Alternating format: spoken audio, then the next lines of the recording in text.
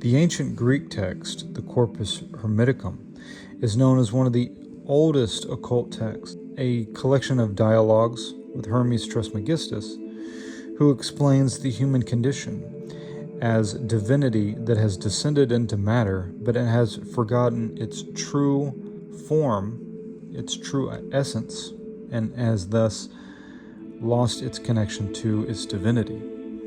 The goal then is to return to gnosis, which is to know thyself, as Plato would say. Without this understanding that there is a mind behind all things, that all things are ultimately mental, and that this creative engine of the universe is actually our home, we are lost to the world of appearances. Through knowing the true origins of the self, through contemplation and understanding and direct application of attention, one begins to reunite with the divine source. And as one reunites with the divine source, one transcends the physical ignorance of the world. Understanding the tarot then, as Alejandro Jodorowsky, the filmmaker and tarot expert, would say, shows you how to create a soul. To create a soul is to actively take part in your own evolution. And this is the key difference between an occult view of the soul versus the view provided by religious traditions. Religious traditions largely consist of stand-down tactics. They consist of, if you just believe in the right religion, if you believe in my religion, then that's all it is that you need to do to be saved. Whereas the occult traditions argue that there is actual work that must be done in order to free the soul from matter, and so it can return to God's source. Until this work is actually done, then the human being is stuck within the material realm, constantly going through the wheel of samsara, or the wheel of reincarnation. In life, just like we have these different forces of astrology, the macrocosm and the microcosm, that influence the human being, in a similar way, the human being also has this within his life. He has the influence of society on him that is trying to impose its will on how he should be onto him, while he also has within himself the impulse of creation, the impulse of the child to create, to do something totally new.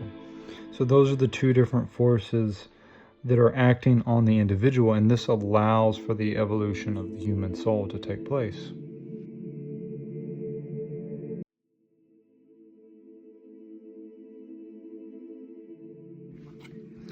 Now you can see that I have the 22 Major Arcana cards laid out on the screen here.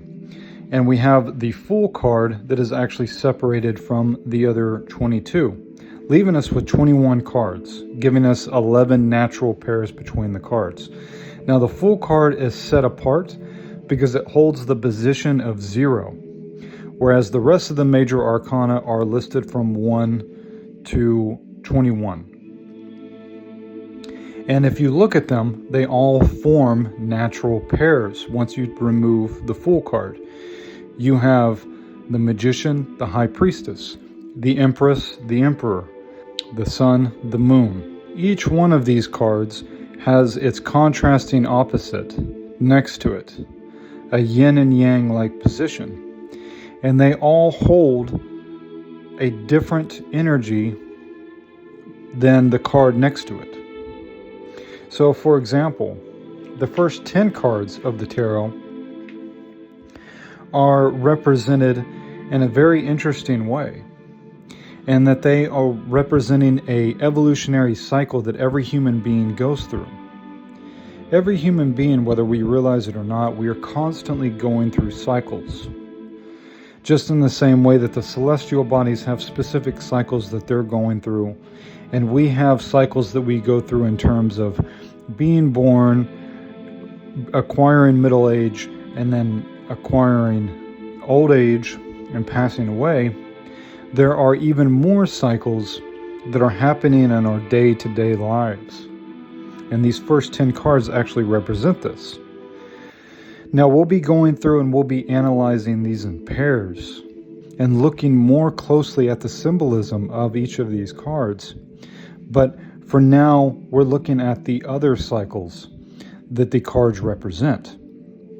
So these first 10 cards, they represent the cycle of psychological evolution.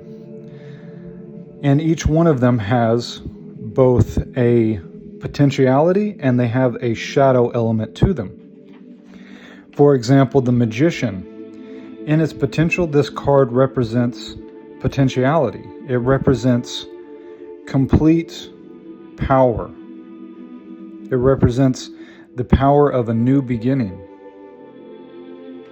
In its shadow, or in other words, if you're doing a tarot card reading and this is pulled in reverse, it's pulled upside down, this is referring to the quality of never starting anything and never finishing anything, right?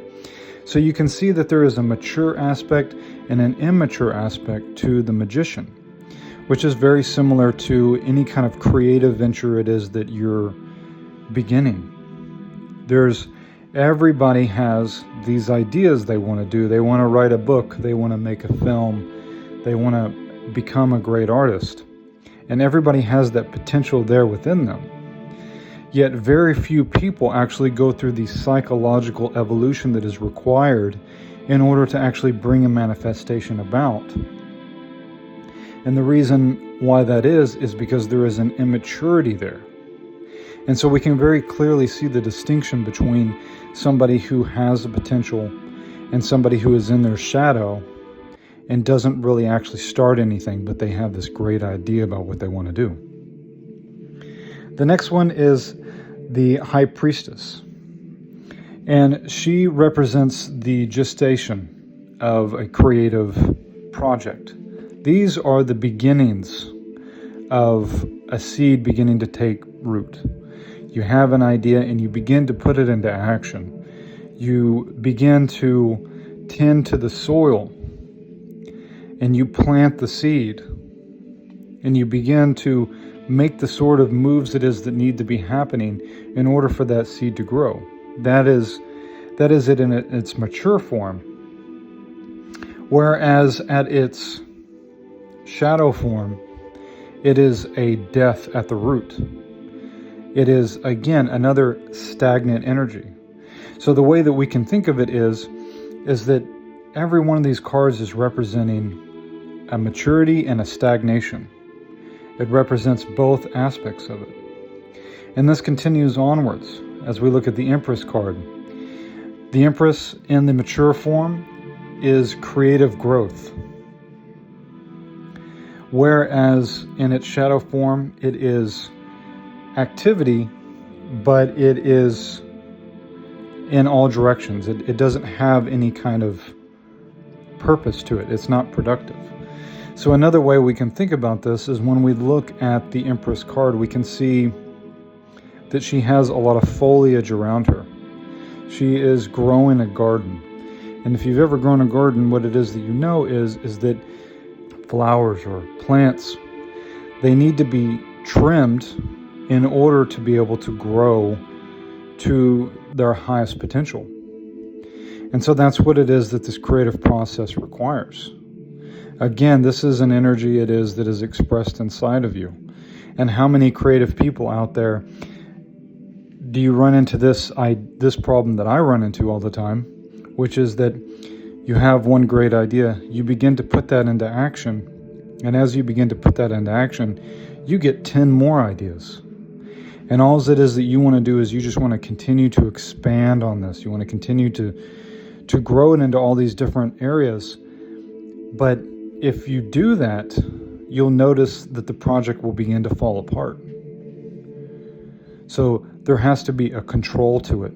The plant has to be nurtured in a specific way. The leaves and the way it is that the plant grows, it has to be guided. It can't just grow out of control.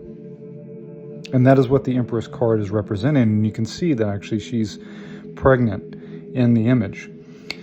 The Emperor represents, in the mature form, it represents stability, right? It represents stability. It represents a kind of masculine control. Whereas in its shadow form, it is rigid and dictatorial, right? So we can think about this in our own lives.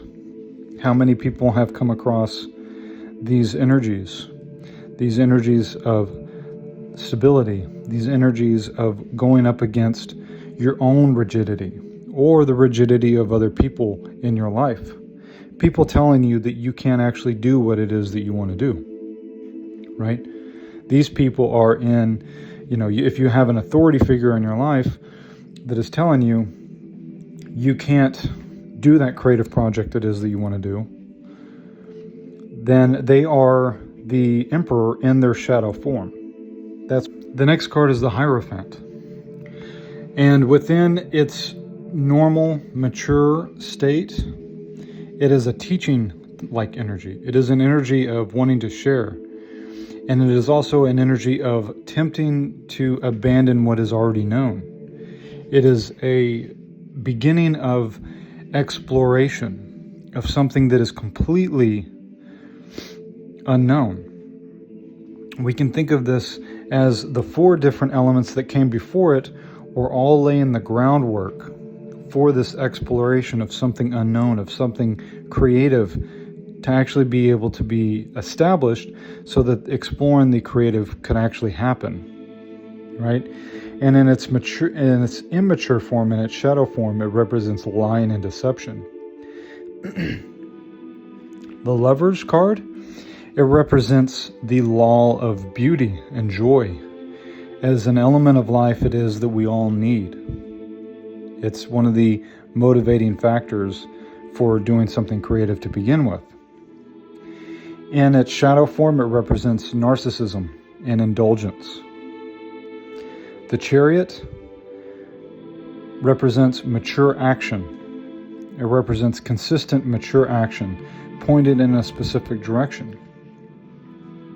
Whereas in its shadow form, it is destructive and excessive ego.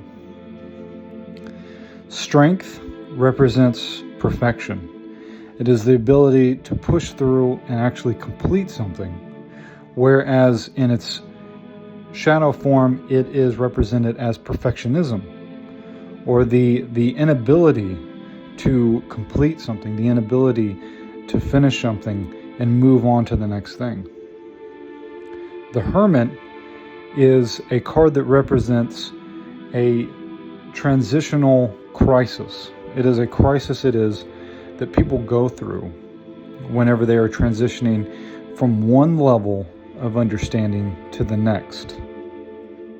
And in its shadow form, it represents a sort of useless crisis or a loneliness that has no purpose.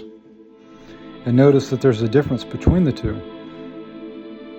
Suffering for something it is that you love has a purpose to it, but suffering needlessly is totally useless.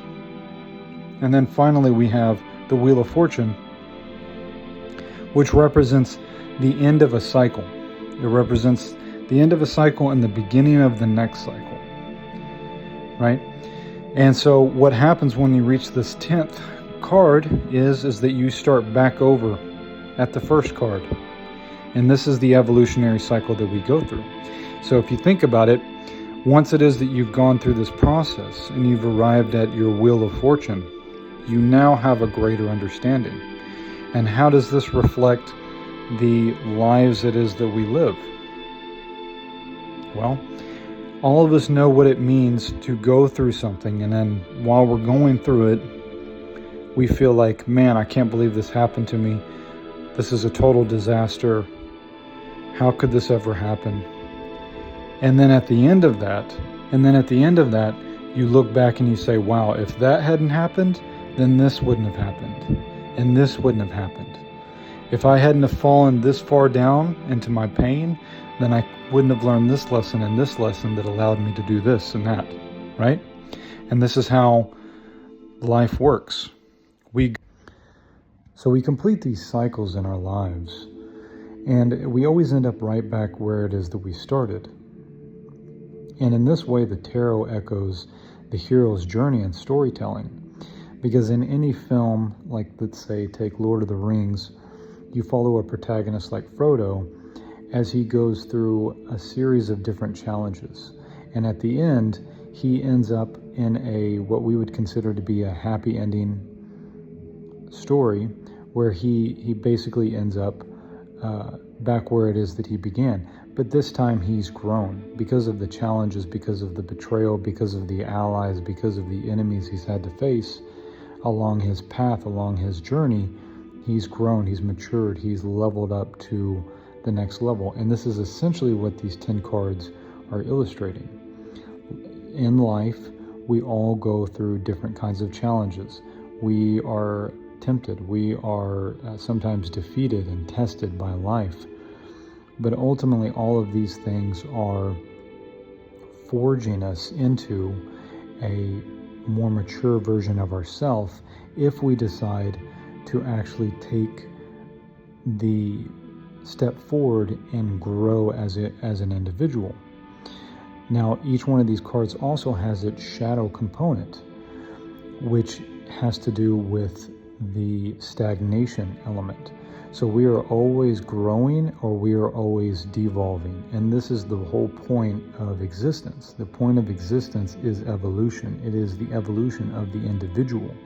Because as the individual evolves, as the individual takes responsibility for their own life and begins to create from a place of power, then they begin to grow in their own sovereignty. And as they grow in their own sovereignty, they grow in their wisdom and their love and their power. And this echoes throughout other people's lives, and it begins to change their lives as well. And this is how evolution happens. This is how it is that we can go from a society that actively killed certain minority groups to a somewhat more civilized society. We're still not a civilized society because we murder each other all the time. But we can see that there is some progress in human consciousness on some level. Human consciousness is expanding little by little, and the way it is that it expands is by each individual person taking the opportunities to grow rather than to stagnate.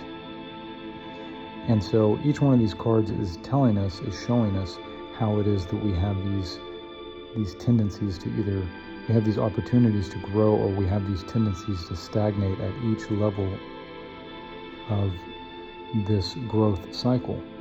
And this growth cycle can also be applied to the creative act. And that's the reason why it is that I wanted to talk about it today, is because essentially the tarot is telling us that the only way out of our darkness is to actually go through it.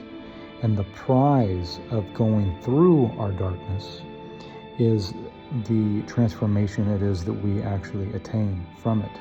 It's not the prize, it's not the money, it's not anything other than this sense of being that has a powerful sovereignty to it. And this is really what is essentially happening whenever you do a creative project.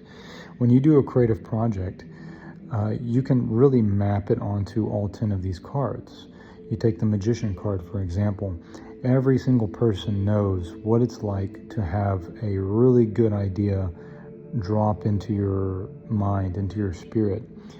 You're sitting down one day and you just get this great idea of a book you want to make, or a song you want to record, or a film you want to make, or a game you want to make.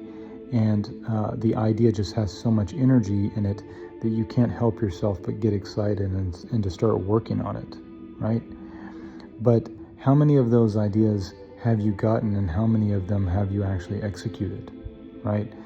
Ideas are a dime a dozen. They're very common. And what is much more difficult is to actually take that seed of an idea it is that you have, to plant it, to allow it to give it the right conditions so that it can mature into a full-grown plant, and then to actually be able to take the fruits from that plant. That is actually much more difficult because it's a very subtle process. When you plant a seed, you can't dig it up every 5 minutes to make sure that it's sprouted and it's begun to take root. You have to continue, you have to water it, you have to have an understanding that there is a process that is going on underneath the soil that you can't see. And that is very analogous to the creative process. And this is the reason why it is that Jesus uses the metaphor of seeds and of harvesting so much in the Bible. Because the creative process is your connection to the divine. To be able to take an idea it is that you have that gets dropped into your spirit, and then to plant it into this physical material world and to create the conditions in order for it to grow is a process of psychological transformation. And that's really what art is about. Art is not about the end result. This is why it is that AI art and all of this AI generated stuff is completely useless. Because to the person who isn't creative, they just go, oh, well, now we have all the music or all the writing or all the art it is that we could ever need to be produced. I can just have a AI machine generate it. But that is not the point. And that's not the reason why it is that people connect with art. They don't connect with art because you're the most efficient artist and you can generate 50,000 images a day. That's not the reason why. There is always, in art, in the art it is that you resonate with, there is always a deep transformative element that can be felt that the artist has gone through in order to create that piece of art.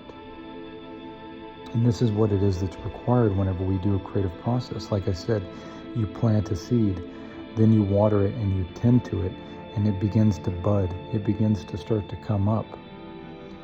But then you have to, not only do you have to be consistent, but at the same time you also have to understand that there's no amount of frivolous activity that's going to make the plant grow faster. You can't expect to just dump a bucket of water on a seed that is just beginning to bud and think that it's going to actually help the plant grow. It's not. Instead, what it's going to do is it's actually going to kill the seed. So what is that telling us? It's telling us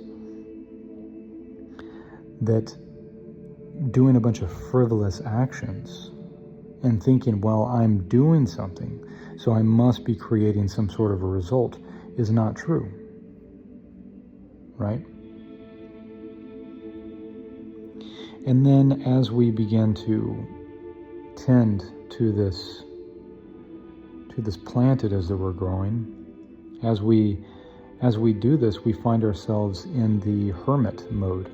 We find ourselves in the hermit stage, which is when we have gone so far down this path of disciplining ourselves over a creative project that we begin to, in a sense, become completely to ourselves. All the people and the places and the things it is that we used to associate ourselves with are now gone. They're no longer a part of our lives because they have been uprooted and removed just through the simple act of disciplining oneself in a creative pursuit. And this is also a time of liminality. The hermit also can represent a kind of liminal kind of space. It can represent sovereignty, but it can also represent this kind of liminal space. It's similar to the way it is that a caterpillar, when it goes into its cocoon, it actually turns into a kind of liquid. It turns into kind of like this liquid mush. Something that if you took a cocoon and you broke it open when it was going through this process of transforming into a butterfly, you would say, this is not a butterfly. This is not a butterfly at all. And that's actually the reason why it is that the isolation is required, because other people will look at your circumstance and they won't understand what it is that you're going through. They'll look at it and they'll say, you're not becoming a great artist, you're basically homeless and you have absolutely nothing, and you're 2 steps away from being destitute. Yet inside of you, there is a deep knowing that you're going down the right path. And that deep knowing is what it is that the hermit is being led by. He's being led by his own lantern, his own light. And this is illuminating the world. It's illuminating other people to him, what it is that they're about. But it's also illuminating his own path, step by step, what it is that he needs to do.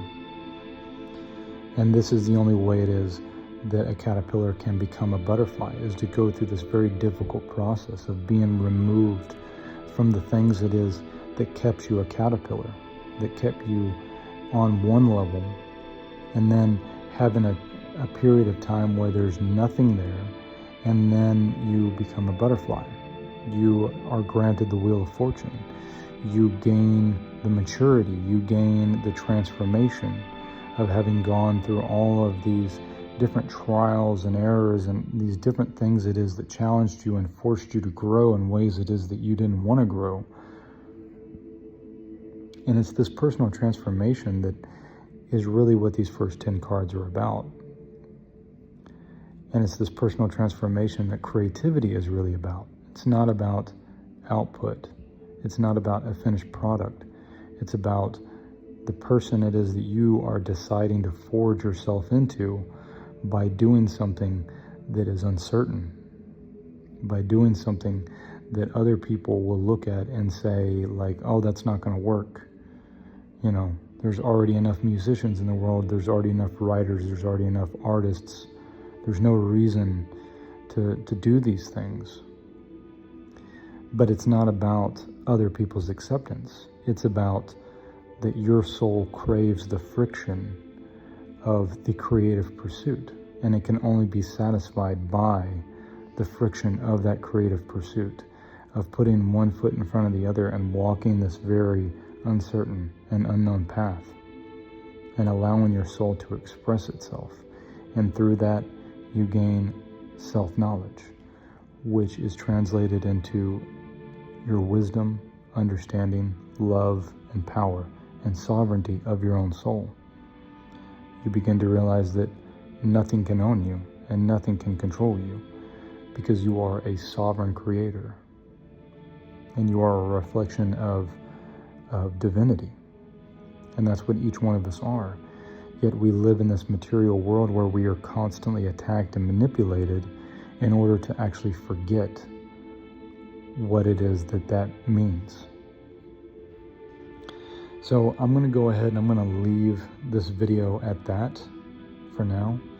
I know I said that I was going to try to get these out every week. I kind of slipped up with this one. I was only able to get it a couple of days early for the Patreons. But I'm going to try to have another one up here pretty soon and available on the Patreon $5 tier. And then they'll be coming out every Friday. I just had to move. I had to move from Croatia to Austin. So it's taken me a little while to get adjusted. For now, feel free to check out my tarot and my occult, esoteric, inspired art. You can shop that at my art store, Parabola Visions, which is linked down in the description box below. I also will point you guys to my Patreon. My Patreon link is down below. I've got some exclusive content on there, as well as I'll be posting early access content to more of these tarot videos as long as I can get them done ahead of time. And yeah, if you would just like to support what it is that I do, it would mean a lot to me. I do see that there are a few new Patreons that came in this last week for the free tier. And I'm glad that you guys are coming along, and make sure to let me know what it is that you think in the comments. Give me a like, give me a sub. Please let me know what you think so that I can keep creating these videos. And to the people that do support this channel, either financially or just through word of mouth and spreading what I'm doing here, I really appreciate it. And any kind of contact it is that you would like to have with me, there's information in the description below. Thank you guys. Take care.